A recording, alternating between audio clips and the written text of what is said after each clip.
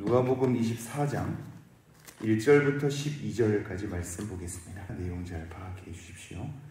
안식 후 첫날 새벽에 이 여자들이 그 준비한 향품을 가지고 무덤에 가서 돌이 무덤에서 굴려 옮겨진 것을 보고 들어가니 주 예수의 시체가 보이지 아니하더라. 이로 인하여 근심할 때에 문득 찬란한 옷을 입은 두 사람이 곁에 섰는지라. 여자들이 두려워 얼굴을 땅에 대니 두 사람이 이르되 어찌하여 살아있는 자를 죽은 자 가운데서 찾느냐? 여기 계시지 않고 살아나셨느니라. 갈릴리에 계실 때에 너희에게 어떻게 말씀하셨는지를 기억하라. 이르시기를 인자가 죄인의 손에 넘겨져 십자가에 못 박히고 제3일에 다시 살아나야 하리라 하셨느니라 한데, 그들이 예수의 말씀을 기억하고 무덤에서 돌아가 이 모든 것을 11사도와 다른 모든 이에게 알리니, 이 여자들은 막달라 마리아와 요한나와 야고보의 모친 마리아라. 또 그들과 함께한 다른 여자들도 이것을 사도들에게 알리니라. 사도들은 그들의 말이 허탄한 듯이 들려 믿지 아니하나 베드로는 일어나 무덤에 달려가서 구부려 들여다보니 세마포만 보이는지라. 그 된 일을 놀랍게 여기며 집으로 돌아가니라. 아멘. 예수님께서 돌아가시고 난 뒤 안식 후 첫날에 부활합니다.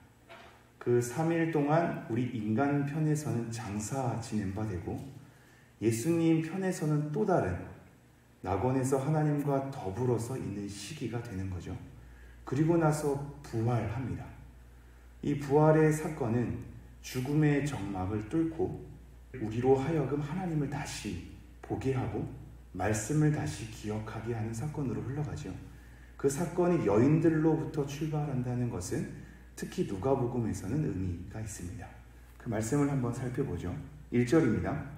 안식 후 첫날 새벽에 이 여자들이 그 준비한 향품을 가지고 무덤에 가서, 우리가 23장 56절에 향품과 향유를 준비하는 여인들의 준비를 보았습니다. 아리마대 요셉과 니고데모가 이미 시체에 세마포를 둘러싸고 나름대로 그 시체에 이 방부제와 이 향유를 다 넣었을 거란 말이죠. 그런데도 불구하고 여인들이 멀리서 그 시체를 어떻게 다루는지, 무덤이 어디에 있는지를 확인했다고 했죠. 그것이 우리가 추측하기로는 안식일이 곧 다가오기 때문에 아리마대 요셉과 니고데모는 서둘러서 그 일을 다 행했던 것 같습니다. 그래서 멀리서 지켜본 이 여인들은 그러한 삶을 많이 살아보았기에, 장사를 많이 지내보았기에 어떻게 예수님께 정성 들여서 저것을 잘 마련해야 할까를 감지했던 것 같습니다. 그래서 그날 돌아가서 안식일이 되기 전에 향품과 향유를 미리 준비하는 모습을 보게 되죠. 그런데 이러한 준비 때문에 안식 후 첫날 이 여인들이 움직이게 됩니다. 되게 의미가 있죠. 이 여인들은 부활에 대해서는 전혀 생각하지 않고 시체를 어떻게 잘 장사 지낼까를 생각한 겁니다. 평소 본인들이 하는 대로, 그리고 보이는 것에 따라 그것을 잘 준비하고자 자기 일을 한 거죠. 그렇게 준비하는 마음으로 무덤에 달려가고, 그것이 곧 천사를 만나서 부활의 첫 소식을 전해받는 사건이 되었습니다. 이 2절을 한번 보면요, 돌이 무덤에서 굴려 옮겨진 것을 보고 라고 나와 있죠. 이것도 좀 생각을 해볼까요? 향품과 향유를 준비한 채로 안식 후 첫날, 굉장히 짙은 새벽이거든요. 지금 우리가 날씨가 점점 여름이 돼가면서 지금 밖에는 밝죠. 이렇게 밝은 새벽이 아니라 굉장히 짙은 새벽입니다. 거의 잘 보이지 않는 그 새벽에 여인들끼리 함께 있었는지 흩어졌다가 다시 모였는지는 알 수 없지만 이 여인들이 모여서 함께 그 무덤을 간단 말이죠. 무덤가에 가서 곰곰이 생각하기를, 지금이 누가복음에 나와 있지 않지만 마가복음에서는 우리가 가는데 이 향료와 향품을 넣어두려고 할 때 그 무덤의 돌은 누가 옮겨주지? 라고 근심을 하게 된단 말이죠. 저는 되게 생각이 많이 됩니다. 이 여인들로 하여금 움직이게 하는 힘은 무엇이었을까? 향품과 향유를 준비하는 것은 시체를 잘 장사 지내려는 이들의 마음이었는데, 그것을 가지고 깜깜한 새벽에 일어나서 무덤으로 향할 때 분명히 돌을 누군가가 굴려줘야 그것을 넣을 수 있단 말이죠. 그런데 그 돌을 옮겨주는 사람에 대한 준비 없이 이 여인들은 새벽에 발걸음을 옮긴단 말입니다. 이것은 어디서 나오는 마음일까? 저는 생각하기를 이건 하나님께서 이렇게 이끌어 주셔야만 되지 않을까 싶습니다. 그걸 준비한 걸 넣을 수가 없거든요. 돌을 옮겨줄 사람이 필요하거든요. 그런데 그것에 대한 준비 없이 근심은 하였으나 어떻게든 되겠지 하고 달려가는 것을 보게 되죠. 그래서 저는 여기서 두 가지를 생각합니다. 첫 번째는 우리가 무조건 현실에 대한 준비 없이 여러 가지 고려사항 없이 경제적으로도 쪼들리고 우리 자녀들이 굉장히 내팽겨치고 있는 것을 보면서 하나님이 다 해주실 거야 라고 마냥 맡겨버리는 걸 믿음이라고 생각하기에는 고민이 많이 되는 지점이 있단 말이죠. 그게 과연 믿음인가 방관인가? 내가 해야 될 책임을 내려놓는 것인가? 하나님께 모든 걸 다 맡겨버리는 것은 아닌가에 대한 고민이 많이 되는 지점이란 말이에요. 그래서 우리는 때로는 철저하게 잘 준비하고 책임져야 합니다. 믿음이라는 것은 잘 준비해야 하고 철저하게 잘 그것에 맞춰서 진행해 나아가야 하는 걸음도 있습니다. 그런데 오늘 본문에서와 같이 꼭 그것만이 또한 다가 아닌 것이 답이 다 없다고 하더라도 준비가 안 되었다고 하더라도 어떠한 이끄심 가운데 고민하고 갔더니 해결되는 것이 또한 확인되기도 하는 거죠. 이 믿음의 걸음은 두 가지가 우리 삶에 다 놓여있지 않을까.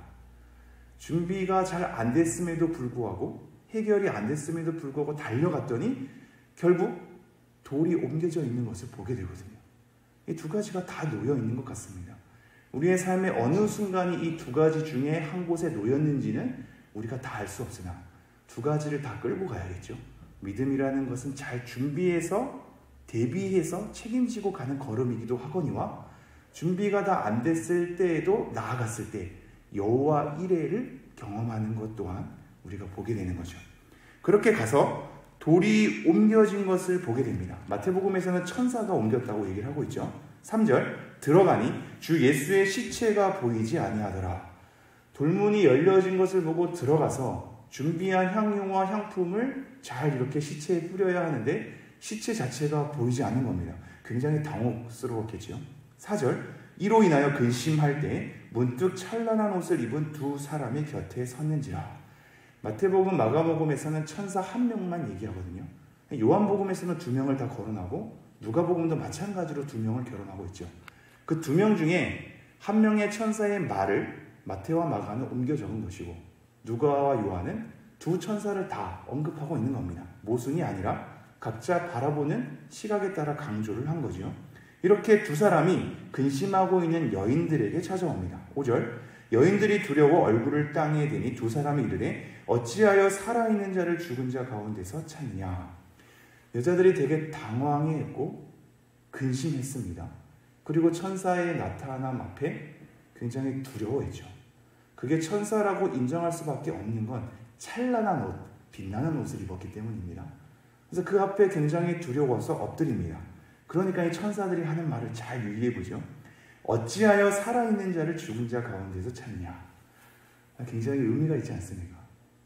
우리의 어리석음과 당황함을 반영하는 문구 같습니다. 우리는 하나님 앞에 따질 때가 많고 때로는 반감을 가질 때도 있고 때로는 왜 이렇습니까? 라고 하나님 앞에 질문을 던질 때가 많은데 혹시 그 자리는 여기 나온 것처럼 살아있는 자를 죽은 자 가운데서 찾느냐라는 물음에 적합한 상황이 아닐까를 생각해 보는 거죠. 우리가 묻는 질문과 의문은 살아있는 자를 죽은 자 가운데서 찾는 건 아닌가. 하나님의 말씀 가지고 우리의 상황을 잘 바라보며 하나님을 잘 이해해야 하는데 우린 여전히 살아있는 자를 죽은 자 가운데서 찾으면서 당황해하고 근심해하고 하나님께 따져 묻는 것은 아닌가를 좀 생각해 보게 되는 거죠. 그러면서 6절 여기 계시지 않고 살아나셨느니라. 갈릴리에 계실 때 너희에게 어떻게 말씀하셨는지를 기억하라. 굉장히 중요한 대목입니다. 지금 천사들이 하는 역할이 드러나고 있는데요. 가브리엘 천사가 마태복음에서 등장할 때부터 하나님의 말을 전하지 않습니까? 임신할 것에 대한 말을 전달하거든요. 이 천사의 역할은 하나님의 말을 전하고 그 말씀을 기억하게 하는 역할입니다. 그래서 당황해하고 근심하고 천사 앞에서 두려워하는 이 여인들에게 뭐라고 얘기하냐면 하나님의 말씀을 기억하라 이렇게 얘기합니다. 하나님의 말씀을 기억하라. 당황하고 근심하고 두려워하는 그들의 심정과 상황 가운데 하나님의 말씀을 기억하라 라고 하는 것으로 끌고 가죠. 이것이 우리에게 동일하게 적용되지 않습니까? 우리는 늘 당황해하고 늘 근심하고 늘 두려워합니다. 살아있는 자를 죽은 자 가운데서 찾으면서 허둥거리는 우리입니다. 이러한 우리에게 하나님께서 뭐라고 얘기하냐면 하나님의 말씀을 기억하라 이렇게 얘기하죠. 하나님의 말씀을 기억하라. 그 어떠한 것도 우리의 당혹스러움을, 그 어떠한 것도 우리의 근심을, 그 어떠한 것도 우리의 두려움을 없앨 수 없는 겁니다. 나와 내 상황은 해결되지 않는데 말씀으로 돌아가는 거죠. 하나님의 말씀이 어떻게 얘기하고 있는가? 우리의 두려움과 근심과 우리의 여러 당혹스러움을 이 말씀 앞에 어떻게 해결해야 하는가를 다시 한번 말씀으로 돌아가는 겁니다. 그래서 천사들은 어떻게 너희에게 말씀하셨는지를 기억하라 이렇게 얘기하죠. 그리고 7절 이르시기를 인자가 죄인의 손에 넘겨져 십자가에 못 박히고 제3일에 다시 살아나야 하리라 하셨느니라 한데 친절하게도 예전에 말씀했던 예수님의 말씀을 다시 한번 전파합니다. 그리고 기억하게 하죠. 그러니 8절 그들이 예수의 말씀을 기억하고 무덤에서 돌아가 이 모든 것을 11사도와 다른 모든 이에게 알리니 이제 두려움과 근심이 사라졌습니다. 그 말씀을 기억하고 지제들에게 달려가지요. 10절 이 여자들은 막달라 마리아와 요한나와 야고보의 모친 마리아라 또 그들과 함께한 다른 여자들도 이것을 사도들에게 알리니라. 그 여인들이 꽤나 많이 있었던 것 같습니다. 대표적으로 몇 명의 마리아를 언급하기도 하고 요한나를 언급하기도 하지만 그와 함께한 다른 여자들도 있었습니다. 이 구절이 괄호가 쳐져 있는 건 예전에 말씀드렸다시피 없음이라고 할 때에는 권위 있는 사본에 복사본에는 없으나 다른 사본에 있기 때문에 없음이라고 처리하고 각주 처리를 한 거죠. 근데 지금은 반대로 권위 있는 사본에는 있으나 몇몇 다른 사본에는 없었을 때에는 가로를 하고 그 구절을 넣는 겁니다. 그래서 이렇게 가로가 쳐져 있는 거죠. 11절 사도들은 그들의 말이 허탄한 듯이 들려 믿지 아니하나 베드로는 일어나 무덤에 달려가서 구부려 들여다보니 세마포만 보이는지라 그 된 일을 놀랍게 여기며 집으로 돌아가니라. 정리하겠습니다. 지금 이 사건은 다양한 사람들이 다양하게 행동하는 것을 보게 됩니다. 누가복음에서는 정확히 설명하고 있지 않으나 다른 복음서를 참고할 때 로마 병사들이 원래 이 문 앞을 지켰거든요.